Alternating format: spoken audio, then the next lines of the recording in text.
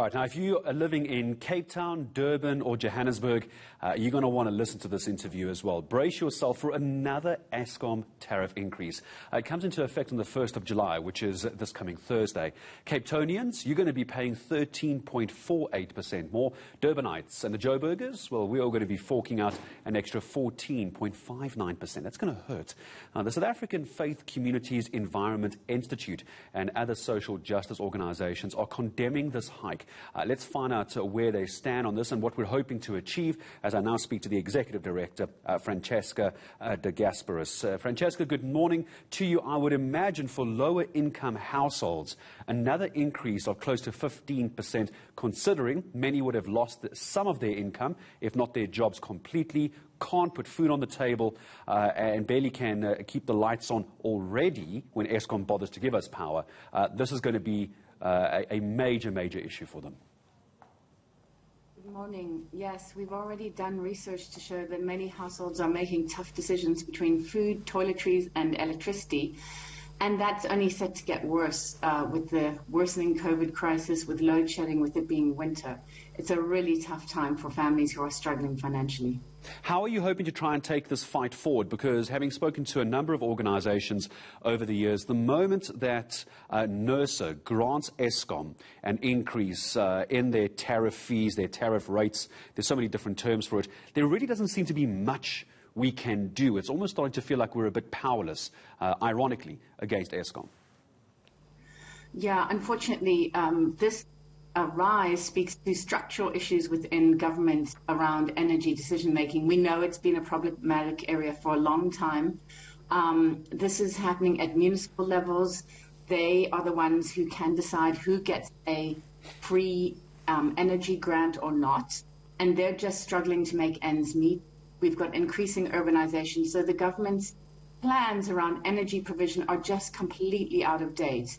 We know that Eskom is a failing enterprise. It's increased its tariff rates by over 300% since 2008. So this is a problem where it's being allowed to pass on its failings onto us as the users of the electricity, and we just can't bear it anymore.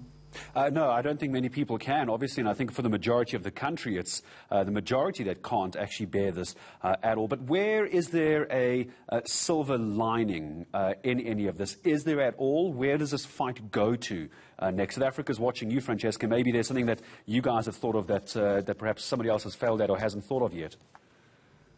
Well, we know where things need to change. We know what we need the government to stop doing, and it's very clear. So that's not a problem. We know what the problem is. We know what needs to change. We also saw President Ramaphosa say to the Minister of Energy and Mineral Resources that he must procure more renewable energy capacity. This was announced recently. It's good news, but that minister is incredibly slow. In fact, taking years actually to implement renewable energy. It's a quick win. It's very fast to install renewable energy. It's decentralized. It is affordable. And these are some of the reasons perhaps why Eskom isn't that keen on renewable energy either, because it takes away from that central monolith. So it doesn't solve their problem, but it certainly solves our problems as consumers of electricity. We also know that we don't need things like the car power shift. It's a waste of money. It's impractical. It's not climate smart. We also don't need any more nuclear energy. In fact, our nuclear energy plant here in Joburg in Cape Town is running on half capacity at the moment. It's been like that since the start of the year. Nuclear energy is no longer this cheap, safe, secure energy system that the government tells us. They need to decommission Joburg, which is coming up in a couple of years, and reinvest money in the right places. So it's clear what government needs to do. It has never been clearer. They just need to get on and do it. They also need to rethink this whole system within municipalities. People need electricity in order to educate themselves, in order to feed their families, in order to run their small businesses. This is an essential service, and it needs to be treated that way. Some would even go as far as to say, Francesca, it's actually a human right. It's almost like water. It's almost a human right to have electricity. Human right. I mean, it's one of the basic services that government should be providing. And it shouldn't be a question about, oh, these people are seeking to have illegal connections. I find that just not a very convincing argument. if we aren't able to provide affordable electricity to citizens, of course, then they're going to find other means. But most people are law-abiding. Most people would prefer to say, yes, I can pay for my family's needs. So I really think this is about a systemic issue. It's not about the consumers at all. In fact, consumers are the ones who are getting really walloped each year.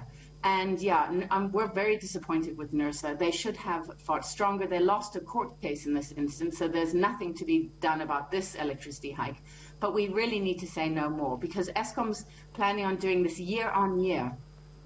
In the last minute I have with you, Francesca, come the 1st of July, which is just a day or two away from now, is there anything at a municipal level, perhaps some kind of payment relief scheme that could be put forward to at least try and keep the lights on and pay a little bit of money every month, a little bit of money that some low-income earners have, just to try and see them through? Is there plans like that in place? There are some. It depends on your municipality. They should be providing a basic electricity grant, and that was in the provision of municipalities. They should be able to do that. You can be a qualifying household for that, and that's something you should look in within your municipality. See if you can get one of these free basic electricity grants.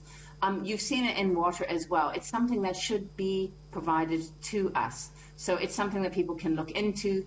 Get a hold of your local municipality and see what they're doing to not pass this on to you. I think Joburg and Durban are really getting hit. Cape Town too. I mean, it's only 1% different. It's a slight saving. So the DA also could be doing better, frankly. I think a lot of people could be doing better as well, but I appreciate your time. Some good advice as well. I didn't know there was an energy relief grant of some kind in some municipalities. Perhaps it's worth looking at if you're joining us this morning. Francesca de Gasperis, thank you very much indeed. Executive Director of the Southern African Faith Communities Environment Institute here on eNCA.